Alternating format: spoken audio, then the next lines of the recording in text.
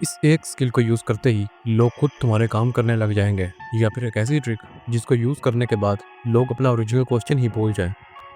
तो आज की इस वाली वीडियो को बिल्कुल भी स्किप मत करना, क्योंकि आज की इस वाली वीडियो में मैंने ऐसी ही 5 डार्क साइकोलॉजिकल ट्रिक्स बताई हैं। तो हेलो गाइस, मेरा नाम है नीरो मीस्ट। शुरू करते हैं आज की ये वाली वीडियो। देखो, लोगों को अपने बारे में अच्छा सुनना बहुत ज़्यादा पसंद है, और यही उनकी सबसे बड़ी वीकनेस भी है। तुम्हें बस इसी वीकनेस का फ़ायदा उठाना है। तो यहीं से शुरू होती है ट्रिक नंबर 1, द फ्लैटरिंग। देखो, जब भी किसी इंसान से कोई काम निकलवाना हो तो उसकी तारीफ़ करो। फॉर एग्जाम्पल, अगर तुम्हें किसी से कोई काम निकलवाना है तो बातों ही बातों में कहो कि भाई तू तो बहुत अच्छा इंसान है, तू तो लोगों की मदद भी करता है, और इवन तेरे पास तो बहुत अच्छे स्किल्स भी हैं।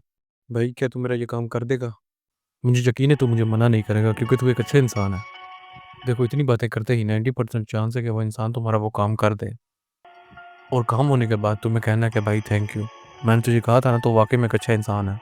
लेकिन एक बात का ख्याल ज़रूर रखना, इस ट्रिक को बारी बार एक ही इंसान पे मत यूज़ करना। हो सकता है कि 2 से 3 बार करने के बाद वो अवेयर हो जाए और नेक्स्ट टाइम तुम्हारा काम करने से मना कर दे।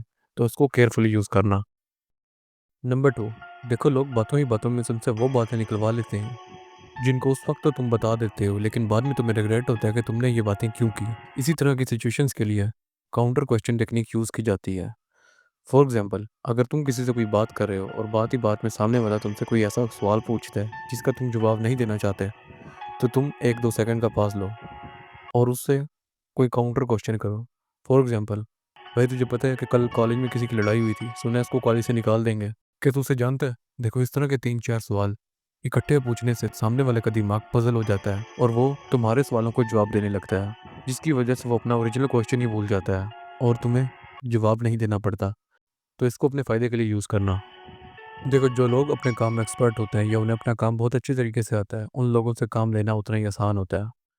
इसको कहते हैं do it wrong in front of them then they would prove it right. For example, अगर तुम्हें कोई काम निकलवाना है तो तुम अपना काम किसी ऐसे इंसान के सामने जाकर गलत करो जो इस चीज़ में परफेक्ट हो या उसे अच्छे तरीके से जानता हो। पहले केस में वो इंसान खुद ही तुमसे वो काम लेकर करेगा ताकि वो खुद प्रूव कर पाए। लेकिन इन सेकंड केस, अगर वो इंसान वो काम तुमसे लेकर नहीं करता, तो तुम उसके पास जाओ और उसको कहो कि भाई मैंने इसको 3-4 बार किया है लेकिन मुझसे नहीं हो रहा, तू तो इस चीज़ में परफेक्ट है, तू तो इसको कर देगा।